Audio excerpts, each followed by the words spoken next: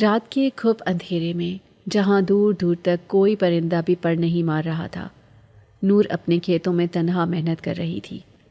موسم کی شدید سردی اور اطراف کے خوفناک سناٹے کی اسے کوئی پرواہ نہیں تھی۔ اس کی واحد دھن تھی کہ وہ جلد از جلد اپنا کام ختم کرے۔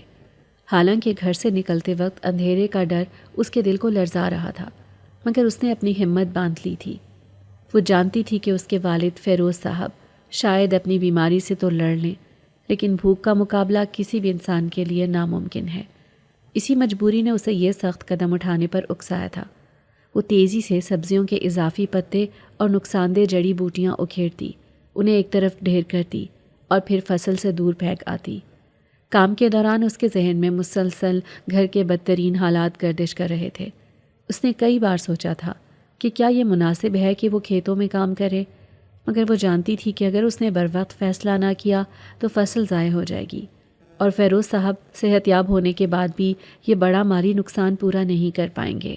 اچانک اسے ایک بہت ہلکی سی سرگوشی یا کھسر پسر کی آواز محسوس ہوئی۔ خوف کے مارے وہ فوراً دبک کر بیٹھ گئی۔ رات کے اس بھیانک پہر، اتنے گہرے اندھیرے میں کسی کی موجودگی کی توقع کرنا محال تھا، اور یہ پہچاننا بھی مشکل تھا کہ یہ آواز کس کی ہے۔ کچھ دیر اس نے انتظار کیا، مگر کوئی شخص یا چیز نظر نہ آئے۔ نور نے ایک بار پھر کام میں دل لگانے کی کوشش کی، مگر اب خوف نے اسے جکڑ لیا تھا۔ وہ بنیادی طور پر کوئی بہت بہادر لڑکی نہیں تھی۔ والدہ زرینہ کی غیر موجودگی میں وہ کبھی گھر سے باہر قدم بھی نہیں رکھتی تھی، مگر اب حالات کے ہاتھوں مجبور ہو کر اسے رات کے اندھیرے میں کھیت کا کام کرنا پڑ رہا تھا، کیونکہ یہ ان کی بقا کا آخری راستہ تھا۔ اسے اچھی طرح اندازہ تھا کہ فیروز صاحب کے بیمار پڑنے کے بعد سے ان کے گھر کے معاشی حالات کس قدر بگڑ چکے ہیں۔ کھیت کی منڈیر پر بیٹھ کر نور نے جب کچھ دیر سستانے کے لیے سانس لی تو اسے چند دن پہلے کا وہ کربناک لمحہ یاد آیا جب والد کی علالت شدت اختیار کر گئی تھی۔ شام کا وقت تھا، حکیم صاحب دوا دے کر رخصت ہو چکے تھے۔ والد بستر پر نڈھال آنکھیں بند کیے دراز تھے، اور والدہ زرینہ ان کے پاس بیٹھی تھی۔ نور چھوٹے سے کچن میں کھڑی بے بسی سے ادھر ادھر دیکھ رہی تھی۔ حکیم صاحب نے سختی سے کہا تھا کہ دوا کھلانے سے پہلے انہیں کچھ اچھی غذا دی جائے، مگر کچن کی حالت دیکھ کر اس کی آنکھوں میں آنسو آ گئے۔ بیمار والد کو اچھے کھانے کی اشد ضرورت تھی، مگر گھر میں ایک وقت کے کھانے کا انتظام بھی نہیں تھا۔ نور کا چھوٹا بھائی ایان، جو ایک ٹانگ سے معذور اور ابھی بچہ تھا، کسی کام کے لائق نہیں تھا۔ فیروز صاحب ہی خاندان کا واحد سہارا تھے، مگر پچھلے 15 دنوں سے ان کے بستر پر پڑے رہنے کی وجہ سے گھر کا سارا نظام درہم برہم ہو چکا تھا۔ ان کے پاس تھوڑی سی زمین تھی جس پر وہ سبزیاں اگاتے اور لوگ ان کی تازہ فصل شوق سے خریدتے تھے، جس سے گھر کا گزارا ہو جاتا تھا۔ مگر اس بار نہ فصل کی نگہداشت ہو رہی تھی اور نہ ہی بروقت پانی دیا جا رہا تھا۔ والدہ زرینہ بھی جوڑوں کے شدید درد میں مبتلا تھی۔ ایسے میں نور کو کوئی راستہ سجھائی نہیں دے رہا تھا۔ ماں سے نظر بچا کر وہ فوراً گھر سے نکلی۔ اس کا رخ خالہ شبانہ کے گھر کی طرف تھا۔ اس وقت شبانہ ہی اسے واحد سہارا نظر آئیں۔ ایان بھائی نے بھی کئی بار کھانے کے لیے پوچھا تھا اور وہ اسے صرف تسلی ہی دے سکی تھی۔ شبانہ نے نور کو دیکھا تو گھبرا کر پریشانی سے پوچھنے لگی، نور بیٹی یہ کیا؟ شام ہو چکی ہے، بلکہ اب تو اندھیرا بھی چاہ رہا ہے، تم اکیلی کیوں نکل آئی ہو؟ نور نے جلدی سے جواب دیا کہ وہ بہت عجلت میں تھی اور کسی کو ساتھ نہیں لا سکتی تھی، اسی لیے اسے دن یا رات کی پرواہ نہیں رہی۔ خالہ نے مزید فکر مندی سے پوچھا، خدا خیر کرے، تمہارے ابا کی طبیعت تو ٹھیک ہے نا؟ نور نے غمزدہ انداز میں سر جھکا لیا اور کہنے لگی، بس آپ دعا کریں خالہ کہ وہ جلد ٹھیک ہو جائیں۔ حکیم صاحب کی دوا انہیں کھلانی ہے، مگر وہ بھوکے پیٹ نہیں کھا سکتے، اور آپ تو جانتی ہیں کہ جب کمانے والا ہی بستر پر پڑا ہو تو گھر کے حالات کیا ہو جاتے ہیں۔ شبانہ خالہ نے فوراً اسے تسلی دی، ارے نور بیٹی تم کیوں پریشان ہوتی ہو؟ میں جانتی ہوں، سارے حالات میرے علم میں ہیں، میں تمہیں آٹا بھی دیتی ہوں اور کچھ پکانے کا سامان بھی، تمہیں فکر کرنے کی ضرورت نہیں ہے، انسان ہی مشکل وقت میں انسان کے کام آتا ہے۔ نور جانتی تھی کہ خالہ شبانہ خود مشکل میں ہوتے ہوئے بھی اس کی مدد ضرور کریں گی۔ خالہ شبانہ نے ایک تھیلے میں سب سامان ڈال کر دے دیا اور کہنے لگی، بیٹا میں تو بہت پریشان ہوں، خدا جانتا ہے کیا بنے گا۔ تمہارے والد بیمار پڑ گئے ہیں، جبکہ اس بار تمہاری زمینوں کی دیکھ بھال بھی نہیں کی جا رہی، تو فصل کیا ہوگی؟ ہم زمینداروں کا تو سارا نظام ہی فصل پر چلتا ہے، شبانہ نے فکر مندانہ انداز میں کہا۔ میں بھی یہی سوچ کر بہت پریشان ہوں خالہ۔ ایان چھوٹا ہے اور ایک ٹانگ سے معذور ہے۔ آپ ہی بتائیں میں کیا کروں؟ نور نے مشورہ طلب کیا۔ شبانہ خالہ نے کہا، بیٹی کام تو مشکل ہے مگر اس کے علاوہ کوئی اور راستہ بھی نہیں ہے۔ اب تم ہی ہو جو ہمت کرو اور اپنے باپ کا بیٹا بن جاؤ۔ سبزیاں خراب ہو رہی ہیں۔ کل میں نے تمہارے خالو اکرم کے ساتھ مل کر انہیں پانی لگایا تھا، لیکن تم جانتی ہو ہم ان زمینوں کا اس طرح سے خیال نہیں رکھ سکتے جس طرح سے فیروز بھائی رکھتے تھے۔ شبانہ خالہ نے پرامید نظروں سے نور کی طرف دیکھا۔ ان کا مشورہ نور کے لیے حیرت انگیز نہیں تھا، کیونکہ وہ خود بھی یہی سوچ رہی تھی کہ اب اسے ہی کھیتوں میں کام کرنا پڑے گا تاکہ گھر کا خرچ چل سکے۔ دن کے وقت کام کرنا ممکن نہیں تھا، کیونکہ کھیتوں میں زیادہ تر مرد حضرات کام کر رہے ہوتے تھے اور عورتیں دن کے وقت گھروں میں رہتی تھیں۔ مردوں کے ساتھ کھیتوں میں کام کرنا نور کے لیے بہت مشکل تھا، لیکن اس نے عہد کر لیا تھا کہ جب تک فیروز صاحب صحت یاب نہیں ہوتے وہ کسی کے آگے ہاتھ نہیں پھیلائے گی اور خود کام کرے گی۔ رات کا کھانا سب کو کھلانے کے بعد نور نے زرینہ کو کمرے میں بلایا اور انہیں بتایا کہ وہ رات ہوتے ہی کھیتوں میں چلی جائے گی۔ زرینہ پریشان ہو گئی۔ وہ نہیں چاہتی تھی کہ ان کی جوان بیٹی رات کے اندھیرے میں باہر جائے۔ انہوں نے کہا، بیٹی کسی بھی لڑکی کا رات کے اندھیرے میں گھر سے باہر جانا خطرے سے خالی نہیں ہے۔ ایسا نہ ہو کہ تم کسی مصیبت میں پھنس جاؤ۔ زرینہ نے فکر مندی سے کہا، اماں آپ بے فکر ہو جائیں، میں کسی غلط کام کے لیے گھر سے باہر نہیں جا رہی۔ میرا مقصد نیک ہے تو اللہ بھی میری مدد کرے گا۔ نور نے ماں کو تسلی دی۔ زرینہ اسے اجازت تو نہیں دے رہی تھی، لیکن منع بھی نہ کر سکی کیونکہ گھر کے حالات ان کے سامنے تھے۔ جب نور گھر سے باہر نکلی تو زرینہ آنسو بھری آنکھوں سے اسے دیکھ رہی تھی۔ وہ نور کے ساتھ جانا چاہتی تھی، مگر والد کی دیکھ بھال کی وجہ سے نور نے ماں کو منع کر دیا۔ نور کھیتوں میں کام کرنے کی عادی نہیں تھی، وہ بہت تھک چکی تھی، اسی لیے اس نے واپسی کی راہ لی۔ وہ کوشش کرتی تھی کہ ایسے راستے سے گھر جائے جہاں اسے کوئی دیکھ نہ سکے۔ جب وہ گھر کے چھوٹے سے لکڑی کے دروازے سے اندر داخل ہوئی تو زرینہ اسے صحن میں ہی کھڑی دکھائی دی۔ وہ بہت فکر مند تھی اور انہیں نیند نہیں آ رہی تھی۔ شکر ہے خدا کا تم گھر واپس آ گئی، میں تو بہت پریشان ہو رہی تھی، زرینہ نے جلدی سے کہا۔ اماں آپ کو پریشان ہونے کی ضرورت نہیں ہے، میں کام کرنے کے لیے گئی تھی اور اپنا کام کر کے واپس آ گئی ہوں، نور نے تسلی دی۔ تم تو بہت تھک گئی ہوگی بیٹا، میں نے کبھی سوچا بھی نہ تھا کہ میری پیاری بیٹی کو ایسے کام کرنا پڑے گا، زرینہ نے دکھی لہجے میں کہا۔ نور ماں کی کیفیت کو سمجھ رہی تھی، پر ہر ماں کی طرح انہوں نے بھی اپنی بیٹی کے لیے بہت سے خواب دیکھے ہوں گے، مگر فیروز صاحب کی بیماری نے سب چکنا چور کر دیے تھے۔ کپڑے بدلنے کے بعد نور اپنے بستر پر آ کر لیٹ گئی۔ اس کے قریب ہی ایان کی چارپائی تھی۔ اس کی کھلی آنکھیں دیکھ کر نور نے حیرت سے اس سے پوچھا، تم سوئے نہیں ابھی تک جاگ رہے ہو؟ ایان نے مختصر جواب دیا، مجھے نیند نہیں آ رہی تھی آپا۔ وہ بھی زرینہ کی ہی طرح نور کے لیے فکر مند تھا اور اس کی فکر مندی پر نور کو بہت پیار آیا تھا۔ اگلی صبح گاؤں کے لوگ صبح سویرے اٹھ کر کھیتوں میں پہنچے تو فیروز صاحب کے کھیتوں کو حیرت سے دیکھ رہے تھے، کیونکہ سب جانتے تھے کہ فیروز صاحب بیمار ہیں، اسی لیے یہ تو ممکن ہی نہیں تھا کہ وہ کام کرتے۔ شبانہ خالہ جب ان کے گھر آئیں تو بہت خوش دکھائی دے رہی تھی، کیونکہ وہ جانتی تھی کہ یہ کام نور کے علاوہ کوئی اور نہیں کر سکتا۔ انہوں نے نور کو گلے لگا کر تسلی دی کہ بہت جلد سب حالات ٹھیک ہو جائیں گے، بس تم محنت سے گھبرانا نہیں۔ گاؤں کے لوگ نہ صرف صبح سویرے اٹھنے کے عادی ہوتے ہیں بلکہ وہ رات کو بھی جلدی سو جاتے ہیں۔ جیسے ہی گاؤں پر خاموشی چھائی، نور نے ایک بار پھر زرینہ سے اجازت لی اور گھر سے باہر نکل آئی۔ درختوں کی اوٹ سے چھپ چھپ کر چلتی ہوئی وہ اپنے کھیتوں تک پہنچی اور کام میں مصروف ہو گئی۔ کام کرنے کے دوران اس نے سر اٹھا کر دیکھا تو حیرت اور خوف سے اس کے قدم اپنی جگہ پر جم گئے۔ کھیت کے کنارے پر اسے ایک شخص بیٹھا ہوا دکھائی دیا۔ رات زیادہ اندھیری نہ تھی۔ چاند کی روشنی میں ایک اجنبی شخص کو دیکھ کر وہ گھبرا گئی۔ پلک جھپکتے ہی وہ شخص اس کی نگاہوں کے سامنے سے ایسے غائب ہو گیا جیسے وہ کبھی تھا ہی نہیں۔ نور حیرت اور خوف سے اسے دیکھ رہی تھی۔ اسے ایسا لگا جیسے یہ اس کا وہم تھا۔ دل تو خوف کے مارے تیزی سے دھڑک رہا تھا، مگر اس نے اپنے خوف پر قابو پاتے ہوئے دوبارہ کام شروع کر دیا۔ ابھی وہ تیزی سے کام کر ہی رہی تھی کہ اچانک گھنٹیاں بجنے کی آواز آنے لگی۔ گہری خاموشی میں یہ آواز اس کے بالکل قریب سے آتی محسوس ہو رہی تھی۔ اسے سن کر وہ گھبرا گئی اور ادھر ادھر دیکھنے لگی۔ ہلکی چاندنی میں وہ آنکھیں پھاڑ پھاڑ کر دیکھنے کی کوشش کر رہی تھی کہ یہ آواز کہاں سے آ رہی ہے۔ آواز بند ہوئی تو لرزتے ہاتھوں سے وہ دوبارہ کام کی طرف متوجہ ہو گئی۔ ایک بار پھر اسے گھنٹی کی آواز سنائی دی اور خوف کے مارے اس کا سارا بدن کانپنے لگا۔ اس بار کام چھوڑ کر وہ اپنی جگہ پر کھڑی ہو گئی اور گردن گھما کر چاروں طرف دیکھا۔ اسے اپنے بالکل قریب ایک بیل کھڑا دکھائی دیا۔ رات کے اس پہر بیل کو کھڑا دیکھ کر وہ مزید ڈر گئی، مگر اس نے خوف پر قابو پانے کی کوشش کی۔ وہ چیخ کر کسی کو مدد کے لیے بھی نہیں بلا سکتی تھی۔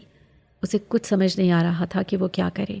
اس کے ہاتھ میں زمین کھودنے کا جو اوزار تھا وہ خوف کے مارے نیچے گر چکا تھا۔ ہمت جمع کر کے اس نے اس لوہے کے بنے ہتھیار کو ہاتھ میں اٹھا لیا۔ نور کا خیال تھا کہ یہ بیل اپنے مالک کی بے خبری میں گھر سے باہر نکل آیا ہے اور اب کھیتوں میں آوارہ پھر رہا ہے۔ ہو سکتا ہے کہ یہ اسے نقصان پہنچانے کی کوشش کرے، اسی لیے اس نے خود کو بچانے کے لیے ہتھیار اٹھایا تھا۔ مگر اچانک ہی ایک حیران کن واقعہ ہوا جس نے اسے مزید خوفزدہ کر دیا۔ نور کو اپنی آنکھوں پر یقین نہیں آیا تھا۔ چند لمحے پہلے تک تو بیل بالکل اس کے سامنے کھڑا تھا، لیکن ایک لمحے میں ہی وہ اس کی نگاہوں کے سامنے سے غائب ہو گیا تھا۔ نہ جانے کہاں چلا گیا تھا۔ جہاں تک نظر جا سکتی تھی نور اسے دیکھنے لگی، مگر وہ کہیں دکھائی نہ دیا۔ خوفزدہ دل کے ساتھ اس نے دوبارہ کام کی طرف توجہ دی، لیکن اب اس سے کوئی کام نہیں ہو رہا تھا، اس لیے اس نے گھر جانے کا فیصلہ کر لیا۔ تیز تیز قدموں سے چلتی ہوئی وہ گھر کی طرف چل پڑی۔ اسے اپنے پیچھے کسی کے قدموں کی آواز سنائی دے رہی تھی، لیکن اس نے پیچھے مڑ کر نہیں دیکھا۔ گھر کے چھوٹے سے دروازے سے وہ اندر داخل ہوئی تو آج بھی ماں بالکل دروازے کے سامنے ہی بیٹھی ہوئی تھی۔ نور جانتی تھی کہ ماں اسے اس حال میں دیکھ کر پریشان ہو جائیں گی اور دوبارہ کبھی گھر سے باہر جانے کی اجازت بھی نہیں دیں گی۔ لمبے لمبے سانس لیتے ہوئے اس نے خوف کے اثر کو ختم کرنے کی کوشش کی تاکہ اس کا چہرہ پریشان نہ لگے۔ وہ کسی حد تک اس کوشش میں کامیاب بھی ہو گئی تھی۔ شکر ہے خدا کا تم خیر و عافیت سے واپس آ گئی ہو۔ میرا دل بہت گھبرا رہا تھا۔ تمہارے ابا بھی ناراض ہو رہے تھے کہ رات کے اس پہر تمہیں گھر سے باہر نہیں جانا چاہیے۔ زرینہ نے شکر ادا کیا اور فکر مندی سے والد کی بات بتائی۔ آپ فکر نہ کریں اماں، میں خود ابا سے بات کر لوں گی۔ نور نے انہیں تسلی دی۔ فیروز صاحب اس وقت گہری نیند میں سو رہے تھے۔ یہ بھی اچھا تھا کہ وہ سو رہے تھے، اگر وہ نور کو اس حال میں دیکھتے تو بہت پریشان ہو جاتے۔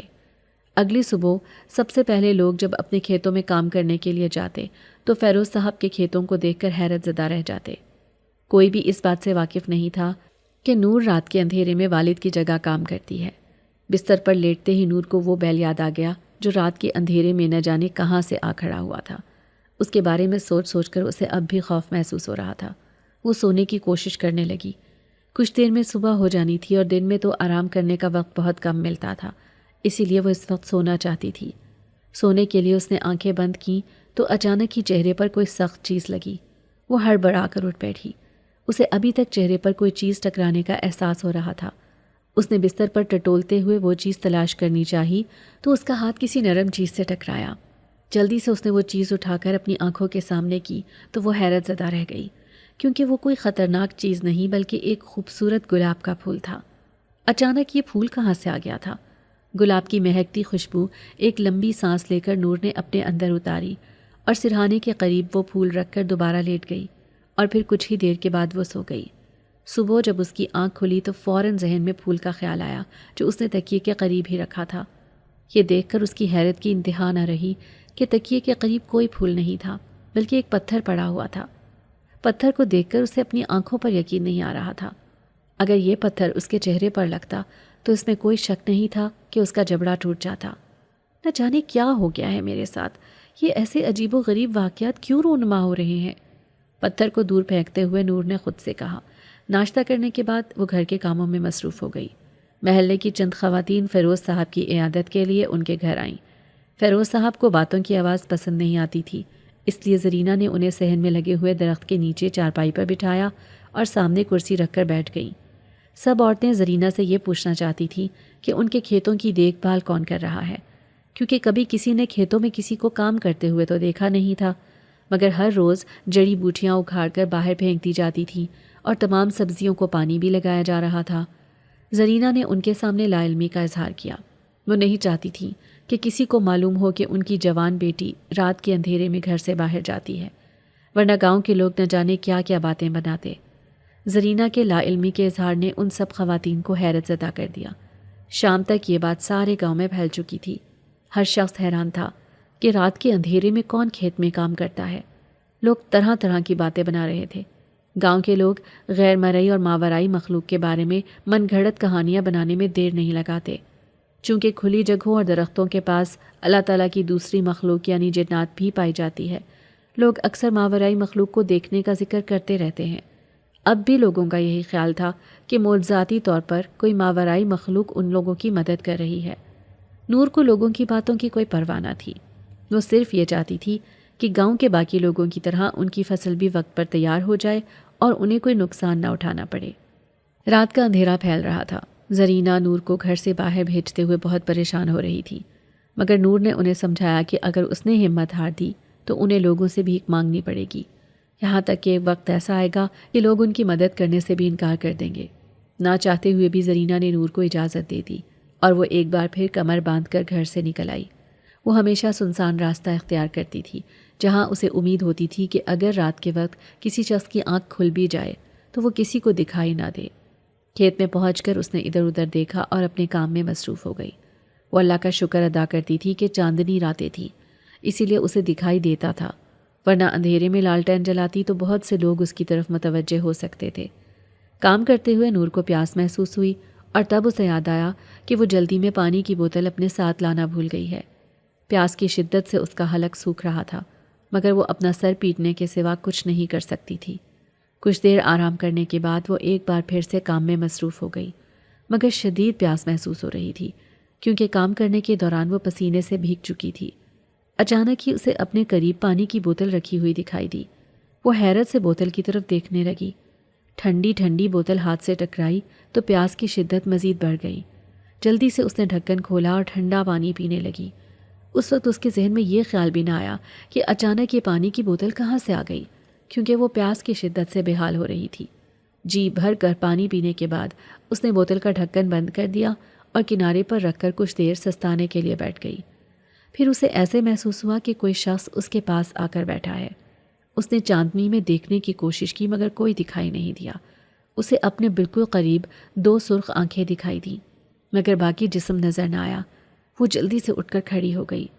رات کے اندھیرے میں 2 سرخ آنکھیں دیکھ کر اس کے دل کی حالت خراب ہونے لگی۔ دل خوف کے مارے اتنی تیزی سے دھڑکنے لگا کہ اسے اپنی دھڑکن اپنے کانوں تک سنائی دے رہی تھی۔ پلک جھپکتے ہی وہ آنکھیں اس کے سامنے سے غائب ہو گئیں، مگر اب نور کی حالت بہت خراب ہو چکی تھی۔ خوف کے مارے اس کا پورا جسم تھر تھرا رہا تھا اور مزید کام کرنا ناممکن ہو گیا تھا۔ کپ کپاتی ٹانگوں کے ساتھ وہ زمین پر بیٹھ گئی اور لمبے لمبے سانس لے کر اپنے دھڑکتے دل کو قابو کرنے کی کوشش کرنے لگی۔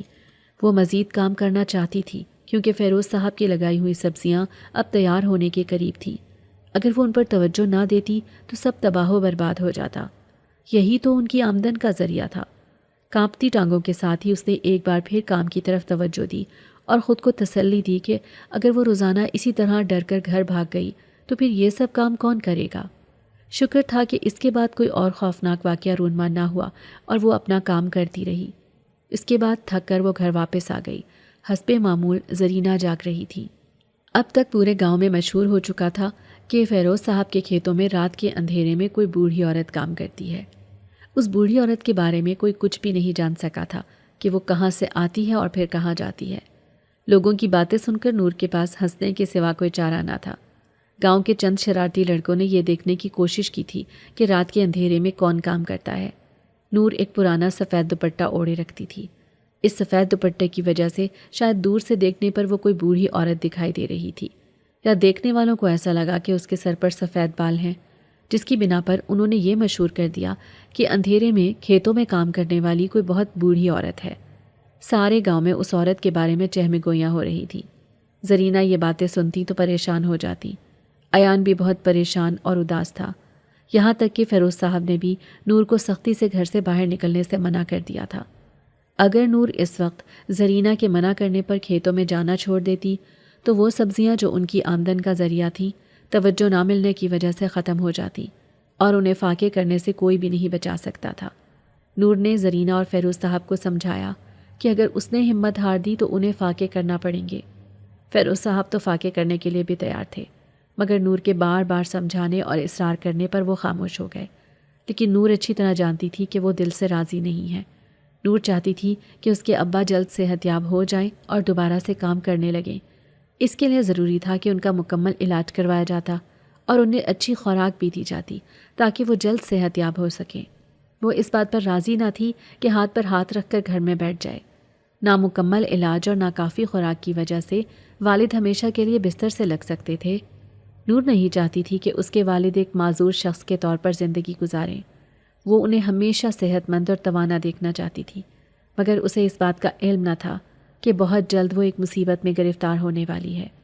وہ اپنے باپ کا بیٹا بن کر ان کے لیے کچھ کرنا چاہتی تھی، لیکن وہ اس بات کو بھول گئی تھی کہ یہاں پر ایک عورت کے لیے گھر سے باہر نکلنا کتنا مشکل ہے۔ رات کے اندھیرے میں وہ کھیتوں میں تیزی سے کام کر رہی تھی جب اسے کہے کی آواز سنائی دی۔ آواز بہت قریب سے آ رہی تھی۔ وہ جلدی سے اٹھ کر کھڑی ہو گئی اور یہ دیکھ کر حیرت زدہ رہ گئی کہ گاؤں کے دو نوجوان واجد اور طارق بالکل اس کے سامنے کھڑے تھے اور اسے دیکھ کر بے ہنگم کہے لگا رہے تھے، جسے ہم کوئی جن بھوت یا چڑیل سمجھ رہے تھے۔ یہاں تک کہ لوگوں نے کہا کہ رات کے اندھیرے میں فیروز صاحب کے کھیتوں میں ایک بوڑھی عورت کو کام کرتے دیکھا گیا ہے۔ اب تم خود ہی دیکھ لو، جسے آج دن تک کوئی خوفناک عورت سمجھ رہے تھے، وہ تو فیروز کی اپنی خوبصورت بیٹی ہے۔ لمبے قد والے واجد نے کہا لگاتے ہوئے طارق سے کہا، واجد تم بالکل ٹھیک کہہ رہے ہو، یہ تو فیروز کی اپنی بیٹی ہے جو رات کے اس اندھیرے میں تنہا کام کرتے ہوئے بھی نہیں گھبراتی۔ ارے یہ تو ہم جیسے لڑکوں سے بھی بہت بہادر نکلی۔ ہم بھی رات کے وقت کھیتوں میں تنہا آتے ہوئے ڈر جاتے ہیں، لیکن یہ تو بہت بہادر ہے۔ طارق نے واجد کی ہاں میں ہاں ملائی۔ وہ دونوں نور کی طرف بےہودہ نظروں سے دیکھ رہے تھے اور نور کو ان پر شدید غصہ آ رہا تھا، مگر اس وقت وہ بالکل اکیلی تھی اور گاؤں سے کافی فاصلے پر تھی۔ اگر وہ کسی کو مدد کے لیے پکارتی بھی تو اس کی آواز اس وقت کسی شخص کے کانوں تک نہیں پہنچ سکتی تھی۔ تم دونوں یہاں سے چلے جاؤ اور مجھے میرا کام کرنے دو، نور نے اپنے لہجے میں اعتماد پیدا کرتے ہوئے سخت لہجے سے کہا۔ تم کیوں گھبرا رہی ہو نور؟ اگر تم کہو تو ہم تمہاری مدد کر جائیں گے۔ ایک بار آزما کر تو دیکھو، تمہارے سب کام کرنے کو تیار ہیں۔ واجد نے آگے بڑھ کر ایک آنکھ بند کرتے ہوئے بےہودہ انداز سے کہا، آگے مت بڑھنا ورنہ میں اس ہتھیار کے ساتھ تم پر حملہ کر دوں گی۔ ہاتھ میں پکڑے ہوئے لوہے کے اوزار کو لہراتے ہوئے نور نے کہا، میں تو تم سے بہت ڈر گیا ہوں۔ چند قدم پیچھے ہٹتے ہوئے واجد نے ڈرنے کے انداز میں کہا، اور اس کے اس انداز پر وہ دونوں ایک بار پھر کہے لگانے لگے۔ نور دل ہی دل میں اللہ تعالیٰ سے مدد مانگ رہی تھی کہ اسے اپنی حفاظت میں رکھے۔ اسے اس بات کا علم نہیں تھا کہ اس کی حفاظت کے لیے پہلے سے یہاں پر کوئی شخص موجود ہے۔ واجد اور اس کا دوست طارق نور کو مسلسل ہراساں کرنے کی کوشش کر رہے تھے۔ اس کی کسی بات کا ان پر کوئی اثر نہیں ہو رہا تھا۔ وہ جانتے تھے کہ نور کا باپ بیمار ہے، وہ بستر پر پڑا ہوا ہے اور اس کا معذور بھائی ان دونوں کا کچھ بھی نہیں بگاڑ سکتا، اسی لیے وہ بے خوف تھے۔ اچانک ہی ایک عجیب و غریب واقعہ رونما ہوا جس نے نہ صرف نور کو بلکہ ان دونوں لڑکوں کو بھی خوف زدہ کر دیا۔ کھیت میں اچانک ہوا چلنے لگی۔ آہستہ آہستہ وہ ہوا تیز ہوئی اور پھر اس نے کسی تیز طوفان کی شکل اختیار کر لی۔ اتنا تیز اور طاقتور طوفان تھا کہ زمین پر اپنے پاؤں جما کر کھڑے رہنا مشکل ہو گیا۔ ہر چیز اڑتی ہوئی دکھائی دے رہی تھی۔ مٹی اور ہوا کے طوفان کی وجہ سے نور نے اپنی آنکھیں بند کر لیں۔ اسے ایسا لگ رہا تھا کہ وہ وقت دور نہیں جب وہ ہوا میں اڑنے لگے گی، کیونکہ اس کے پاؤں زمین سے اکھڑ رہے تھے۔ واجد اور اس کے دوست کے چیخنے کی آوازیں سنائی دے رہی تھی۔ شاید وہ اپنا توازن برقرار نہیں رکھ سکے تھے۔ ہوا کے طوفان کے سامنے وہ زیادہ دیر تک کھڑے نہیں رہ سکے اور پھر آہستہ آہستہ ہوا تھمنے لگی۔ دوپٹے کی مدد سے نور نے اپنی آنکھوں کو اچھی طرح سے صاف کیا، مگر یہ دیکھ کر وہ حیرت زدہ رہ گئی کہ اس کے سامنے اب وہ دونوں نوجوان موجود نہیں تھے۔ وہ نہ جانے کہاں چلے گئے تھے۔ نور کا خیال تھا کہ اس طوفان کی وجہ سے سب کچھ بکھر گیا ہوگا، لیکن اس وقت تو اس کی حیرت کی انتہا نہ رہی جب ہر چیز اپنی جگہ پر موجود تھی، کوئی نقصان نہیں ہوا تھا۔ یہ سب بہت حیرت انگیز تھا۔ انتہائی ٹھنڈی اور طاقتور ہوا جس کے سامنے کسی انسان کا کھڑے رہنا بھی ممکن نہیں تھا، اس کے بعد بھی سب فصل اپنی جگہ پر لہراتی ہوئی دکھائی دے رہی تھی، یہاں تک کہ کوئی ایک سبزی بھی خراب نہیں ہوئی تھی۔ وہ دونوں لڑکے بھی نہ جانے کہاں چلے گئے تھے۔ اس واقعے کے بعد مزید کام کرنا ممکن نہیں تھا، اسی لیے نور نے واپسی کی راہ لی۔ گھر پہنچی تو زرینہ نے خالی ہاتھ دیکھ کر حیرت سے پوچھا، تم تو کہہ رہی تھی کہ سبزیاں توڑ کر لے آؤ گی اور کل سے دوبارہ ہم وہ سبزی بیچا کریں گے، پہلے کی طرح جیسے فیروز صاحب سبزی لے کر آیا کرتے تھے اور گاؤں کی عورتیں ہمارے گھر سے سبزی خرید لیا کرتی تھیں۔ کل انشاءاللہ میں سبزی لے آؤں گی اماں، ابھی اس کو تیار ہونے کے لیے کچھ وقت چاہیے تھا، زرینہ کے سامنے بہانہ بناتے ہوئے نور نے کہا۔ وہ منتظر تھی کہ زرینہ اچانک آنے والی اس آندھی اور طوفان کے بارے میں پوچھیں گی، لیکن انہوں نے اس بارے میں کچھ بھی نہیں پوچھا اور اپنے بستر پر لیٹ گئیں۔ اماں، مجھے ایسے لگ رہا تھا کہ بہت زور سے آندھی اور طوفان آنے والا ہے، اسی لیے میں اپنا کام جلدی جلدی ختم کر کے واپس آ گئی ہوں۔ اپنے بستر پر لیٹتے ہی نور نے زرینہ کو مخاطب کرتے ہوئے کہا۔ وہ زرینہ سے ہوا کے طوفان کے بارے میں جاننا چاہتی تھی۔ تم سے کس نے کہہ دیا کہ آندھی اور طوفان آ رہا ہے؟ مجھے تو ایسے کوئی آثار دکھائی نہیں دے رہے۔ نور کی بات سن کر زرینہ نے حیرت کا اظہار کرتے ہوئے کہا۔ نور نے اپنی آنکھیں بند کر لیں اور تمام حالات اور واقعات کے بارے میں سوچنے لگی۔ صبح ہوتے ہی ایک نئی خبر اس کے منتظر تھی۔ واجد اور اس کا دوست طارق شدید زخمی تھے۔ انہیں رات کے اندھیرے میں نہ جانے کون شدید مار پیٹ کرنے کے بعد گھر کے دروازے کے سامنے پھینک گیا تھا اور وہ دونوں بالکل بے ہوش تھے۔ ہوش آنے پر بھی انہوں نے کسی کو کچھ نہیں بتایا۔ گاؤں کے سب لوگ حیران تھے کہ ان دونوں کے ساتھ یہ حادثہ کیسے پیش آیا، کیونکہ یہ گاؤں بہت پرامن تھا۔ یہاں پر کبھی کوئی ایسا واقعہ رونما نہ ہوا تھا۔ ہر طرف امن ہی امن تھا۔ لوگوں کے لیے یہ واقعہ بہت حیرت انگیز اور سخت خوفزدہ کر دینے والا تھا، اسی لیے ہر شخص اس کے بارے میں جاننا چاہتا تھا۔ زرینہ بھی واجد اور طارق کی عیادت کے لیے گئی۔ جب واپس آئیں تو وہ بہت پریشان تھیں۔ بیٹی، وہ تو نوجوان لڑکے تھے، تب بھی اپنی حفاظت نہ کر سکے۔ نہ جانے کون لوگ تھے جو انہیں مار پیٹ کر اور شدید زخمی حالت میں پھینک گئے۔ مجھے تو بہت خوف محسوس ہو رہا ہے۔ تم رات کے وقت بالکل اکیلی ہوتی ہو، یہاں تک کہ ہماری کھیتیں بھی گاؤں سے فاصلے پر ہیں۔ مجھے تو بہت ڈر لگ رہا ہے۔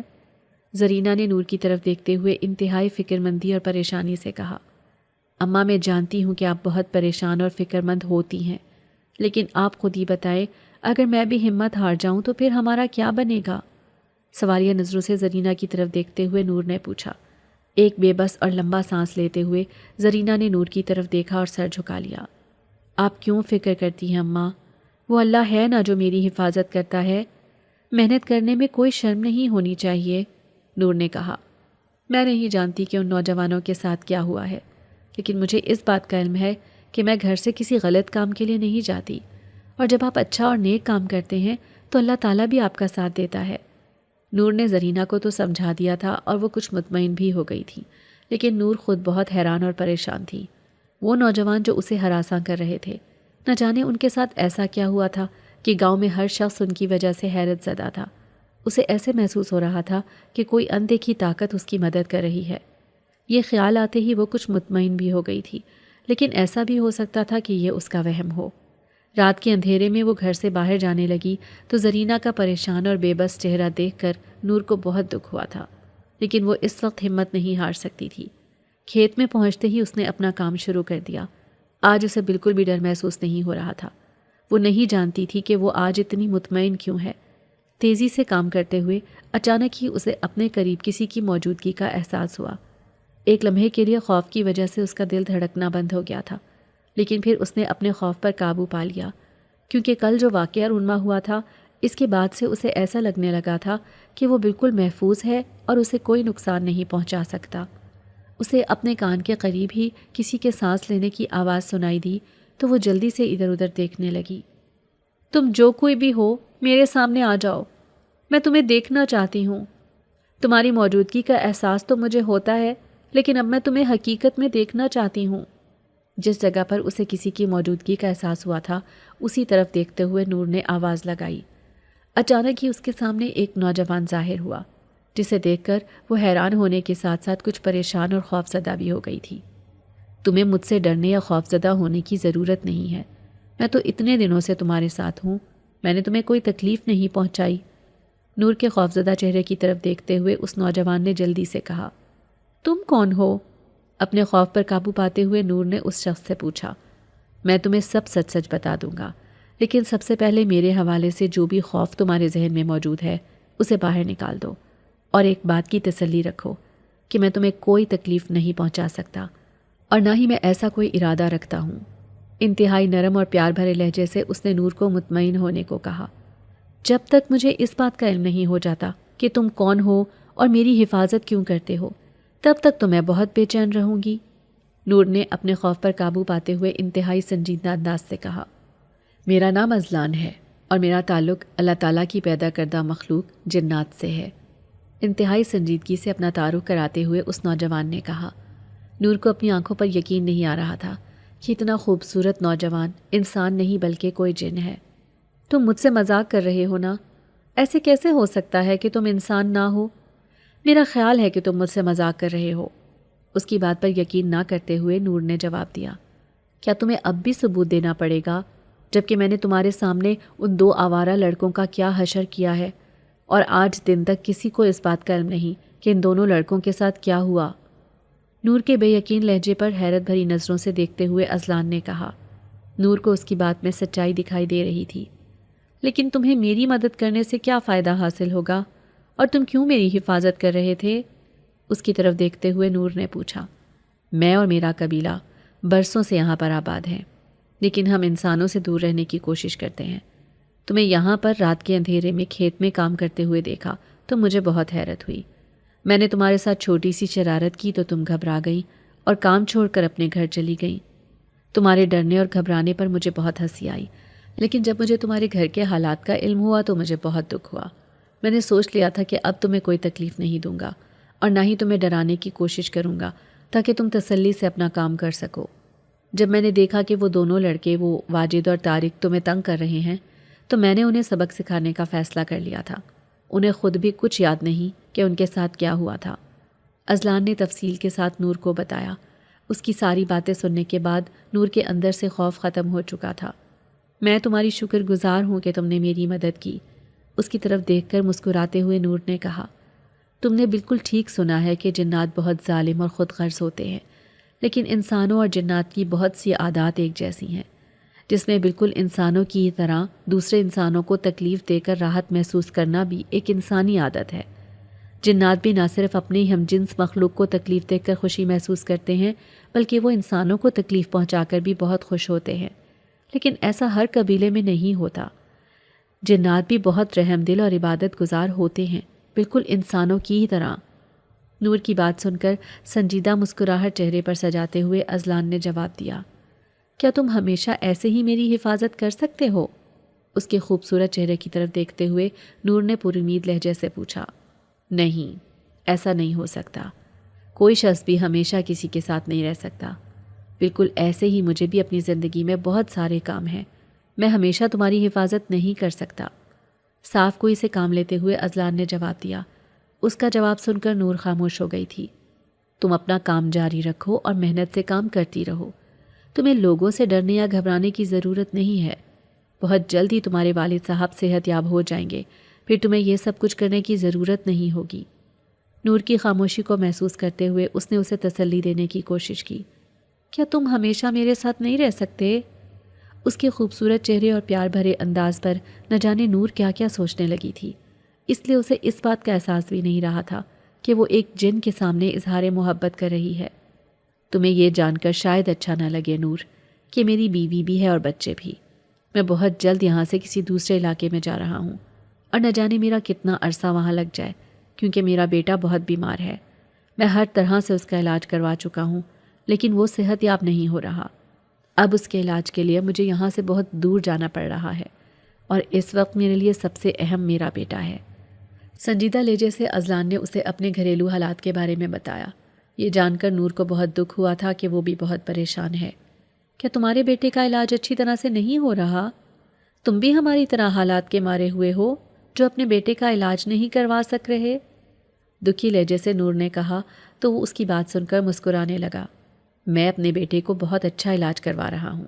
کوئی ایسا حکیم نہیں جس کو میں نے اپنا بیٹا نہ دکھایا ہو، لیکن شفا تو اللہ تعالیٰ کی طرف سے ملتی ہے۔ اگر میرے بیٹے کے نصیب میں شفا ہوئی تو اسے ضرور ملے گی۔ مسکراتے ہوئے اس نے جواب دیا۔ میں دل سے دعا کروں گی کہ اللہ تعالیٰ تمہارے بیٹے کو صحت مند زندگی عطا فرمائے۔ نور نے مسکرا کر اس کی طرف دیکھتے ہوئے کہا۔ میرے پاس تمہارے والد صاحب کے لیے ایک بہت اچھی دوا ہے، اگر تم انہیں کھلا دو تو مجھے امید ہے کہ وہ صحت یاب ہو جائیں گے، اور اگر وہ صحت یاب ہو جائیں تو تم میرے بیٹے کے لیے ضرور دعا کرنا۔ امید بھرے لہجے سے اذلان نے کہا۔ ہاں، اگر تمہارے پاس کوئی دوا ہے تو تم مجھے دے دو، میں اپنے بابا کو کھلا کر دیکھوں گی، ہو سکتا ہے کہ اللہ تعالیٰ انہیں شفا عطا کر دیں۔ بے بس سے لہجے سے نور نے کہا۔ تمہیں مایوس ہونے کی ضرورت نہیں ہے نور، اللہ تعالیٰ سب بہتر کر دے گا۔ اپنی جیب میں ہاتھ ڈال کر ایک کالے رنگ کی بوتل نکال کر اذلان نے نور کی طرف بڑھائی۔ یہ چھوٹی سی بوتل تھی اور یہ دیکھ کر نور کو حیرت ہوئی کہ اس بوتل میں دوا بہت کم تھی۔ ایسا لگ رہا تھا کہ کوئی استعمال کر رہا تھا تو تھوڑی سی بچ گئی ہو۔ یہ تو بہت تھوڑی سی دوا ہے، کیا تم مجھے یہ بھر کر نہیں دے سکتے؟ امید بھری نگاہوں سے دیکھتے ہوئے نور نے پوچھا۔ جب سے میں نے تمہیں اس کھیت میں کام کرتے ہوئے دیکھا اور پھر تمہارے ابا کے بارے میں علم ہوا، تب سے میں انہیں یہ دوا کھلا رہا ہوں۔ جب یہ ساری دوا وہ استعمال کر لیں گے تو مجھے یقین ہے کہ وہ بالکل صحت یاب ہو جائیں گے اور پہلے کی طرح ہی چاق و چوبند ہو کر سب کام کریں گے۔ مسکرا کر اس نے جواب دیا۔ اذلان کا جواب سن کر نور کو بہت حیرت ہوئی تھی، مگر وہ اسے اپنا ہمدرد محسوس ہو رہا تھا۔ اب میں چلتا ہوں اور تم اس بات کی فکر نہ کرنا کہ تم اکیلی ہو اور کوئی تمہیں نقصان پہنچا سکتا ہے، اذلان نے کہا اور نور کا جواب سنے بغیر اس کی نگاہوں کے سامنے سے غائب ہو گیا۔ نور یہ تو سوچ بھی نہیں سکتی تھی کہ کوئی جن اس کی مدد کر سکتا ہے، کیونکہ آج تک اس نے جنات کے بارے میں جو سوچا تھا اس سے بہت مختلف واقعہ اس کے ساتھ رونما ہوا تھا۔ وہ تو سوچ بھی نہیں سکتی تھی کہ جنات اتنے رحم دل بھی ہو سکتے ہیں۔ نور نے اپنے ساتھ لائے ہوئے کپڑے کے بنے تھیلے میں سبزیاں ڈالیں اور اپنے کندھے پر لاد کر گھر کی طرف چل پڑی۔ حسب معمول زرینہ اس کے انتظار میں جاگ رہی تھیں۔ گاؤں کی خواتین زرینہ سے سبزی خریدنے کے لیے ان کے گھر آنے لگیں۔ نور کو بہت خوشی ہو رہی تھی کہ اس کی محنت رنگ لا رہی ہے، کیونکہ گھر کا سارا سامان ختم ہو چکا تھا اور قریب تھا کہ انہیں فاقے کرنے پڑتے، لیکن اللہ تعالیٰ نے کوئی سبب بنا دیا تھا۔ اذلان کے بتائے ہوئے طریقے کے مطابق نور فیروز صاحب کو ہر روز دوا پلا دیتی۔ اکثر اذلان رات کے وقت نور سے ملنے کے لیے کھیتوں میں آ جاتا تھا اور پھر وہ کچھ دیر بیٹھ کر باتیں بھی کر لیتے تھے۔ کاش تم انسان ہوتے۔ ایسے ہی ایک دن باتوں ہی باتوں میں نور نے اذلان سے اپنی خواہش کا اظہار کیا تو وہ مسکرانے لگا۔ اگر میں انسان ہوتا تو شاید تمہاری مدد نہ کرتا، بلکہ تمہیں تنگ کرتا اور تمہارے لیے محنت کرنے کے دروازے بند کر دیتا۔ تو پھر بھی کیا تم مجھ سے ایسے ہی محبت کرتی؟ سنجیدہ نگاہوں سے نور کو دیکھتے ہوئے اذلان نے پوچھا۔ نور کو وہ دونوں نوجوان یاد آ گئے جنہوں نے اسے ہراساں کرنے کی کوشش کی تھی۔ تم بہت اچھے ہو۔ اس کی بات سن کر نور صرف اتنا ہی کہہ سکی۔ کیا تمہارے والد صاحب کی صحت پہلے سے بہتر نہیں ہوئی؟ اذلان نے حیرت بھرے لہجے سے پوچھا۔ وہ کچھ بہتر ہیں لیکن زیادہ اچھی صحت نہیں ہے۔ تمہارا تو اپنا بیٹا بہت بیمار ہے۔ اب پتہ نہیں جو دوا تم نے ہمیں دی ہے اس کا کوئی اثر ہوتا بھی ہے کہ نہیں؟ اپنے ذہن میں آنے والا سوال نور نے اس کے سامنے رکھ دیا۔ میں نے تم سے کہا تھا نا کہ شفا اللہ کی جانب سے ہوتی ہے اور وہ جسے چاہتا ہے شفا دیتا ہے اور جسے چاہتا ہے نہیں دیتا۔ اس میں کوئی بحث کرنے والی بات تو ہو ہی نہیں سکتی۔ ہو سکتا ہے کہ وہ دوا جو میرے بیٹے کے لیے مفید نہ تھی وہ تمہارے والد صاحب کے لیے مفید ہو جائے، اور جو تمہارے والد کے لیے مفید نہیں وہ میرے بیٹے کے لیے بہت اچھی ثابت ہو جائے۔ یہ سب باتیں اور یہ راز اللہ تعالیٰ ہی جانتا ہے، ہمیں صرف اس سے اچھے کی امید رکھنی چاہیے۔ نور کی بات سن کر اس نے اسے سمجھاتے ہوئے کہا اور پھر کچھ دیر بعد وہ اس کی نگاہوں کے سامنے سے غائب ہو گیا۔ ہر روز نور کھیت میں جاتی تھی لیکن اس روز کے بعد اذلان نہ آیا۔ شاید وہ اپنے بیٹے کو لے کر جا چکا تھا۔ نور اپنی ہر نماز میں اس کے بیٹے کی صحت یابی کے لیے دعا مانگتی۔ فیروز صاحب آہستہ آہستہ بہت بہتر ہو رہے تھے، یہاں تک کہ اب وہ مسجد میں نماز ادا کرنے کے لیے بھی جانے لگے تھے۔ نور نے ہر ممکن کوشش کی تھی کہ ان کے علاج میں کوئی کسر باقی نہ رہے۔ پھر اللہ تعالیٰ کی طرف سے انہیں شفا حاصل ہوئی تو وہ بہت خوش تھے۔ وہ ہمیشہ پیار سے نور کو اپنے سینے سے لگاتے اور بیٹی کی بجائے اسے بیٹا کہہ کر مخاطب کرتے۔ نور کو فخر ہوتا تھا کہ اس نے مشکل وقت میں ان کا ساتھ دیا۔ وہ دن بھی آ گیا جب فیروز صاحب مکمل طور پر صحت یاب ہو گئے اور انہوں نے نور پر گھر سے باہر جانے پر پابندی لگا دی، کیونکہ اب انہوں نے خود ہی اپنے کھیت سنبھال لیے تھے، بالکل پہلے کی طرح۔ گاؤں کے سبھی لوگ حیران تھے کہ ان کے کھیتوں کی فصل بہت اچھی ہوئی تھی۔ فیروز صاحب نے ایان کا علاج بھی شہر کے بڑے ہسپتال سے کرانا شروع کر دیا تھا۔ نور کو امید تھی کہ بہت جلد وہ بھی کسی سہارے کے بغیر چلنا شروع ہو جائے گا۔ فیروز صاحب کی مکمل صحت یابی نے نور کے دل میں اذلان کے احسان کو اور پختہ کر دیا۔ وہ جانتی تھی کہ یہ شفا صرف دوا سے نہیں بلکہ اس اندیکھے دوست کی نیک نیتی اور اللہ کے حکم سے ملی ہے۔ وہ روزانہ نماز کے بعد اذلان کے بیٹے کی صحت یابی کی دعا مانگتی رہی۔ ایک رات جب وہ چھت پر کھڑی گاؤں کی خاموشی کو دیکھ رہی تھی تو اچانک اسے کھیتوں کی سمت سے گلاب کی وہی مدھم جانی پہچانی خوشبو محسوس ہوئی جو ایک بار اس کے بستر پر رکھے پتھر میں سے آئی تھی۔ یہ خوشبو پہلے سے کہیں زیادہ تیز اور اطمینان بخش تھی۔ نور کے چہرے پر ایک دھیمی مسکراہٹ پھیل گئی۔ اسے یوں لگا جیسے یہ اذلان کی طرف سے شکریہ اور خدا حافظ کا اشارہ ہو۔ اس کے بعد وہ خوشبو دوبارہ کبھی نہیں آئی تھی۔ نور سمجھ گئی تھی کہ اذلان کا اس دنیا میں آنے کا مقصد پورا ہو چکا تھا اور وہ مطمئن ہو کر اب اپنے اگلے سفر پر جا چکا ہے۔ نور اگرچہ اب گھر کے کاموں میں مصروف رہتی تھی اور کھیتوں کا سارا بوجھ فیروز صاحب نے دوبارہ سنبھال لیا تھا، مگر اس کی وہ ہمت اور وہ خود اعتمادی جو رات کے اندھیرے میں اکیلے کام کرنے سے پیدا ہوئی تھی وہ برقرار رہی۔ وہ اب ہر مشکل پر کھل کر بات کرنے لگی تھی۔ گھر کے فیصلوں میں اس کی رائے شامل ہوتی تھی۔ گھر میں دوبارہ خوشحالی لوٹ آئی تھی، اور سب سے بڑی خوشی کا دن ان سب کے لیے وہ تھا جب ڈاکٹروں کی انتھک محنت اور ایان کی مضبوط قوت ارادی سے وہ کسی سہارے کے بغیر اپنے چھوٹے چھوٹے قدموں پر کھڑا ہو کر چلا۔ اسے چلتا دیکھ کر زرینہ اور فیروز صاحب کی آنکھوں میں آنسو آ گئے۔ نور نے دل ہی دل میں اللہ کا شکر ادا کیا کہ ان کی تمام قربانیاں رائیگاں نہیں گئیں۔ گاؤں کے لوگوں نے اس معجزاتی تبدیلی پر مزید چہمے گویاں کرنی چھوڑ دیں۔ وہ بوڑھی عورت اور ماورائی مخلوق کی کہانیاں ایک طرف رہ گئیں، اور نور کی خاموش محنت نے ان سب کی زبانیں بند کر دیں۔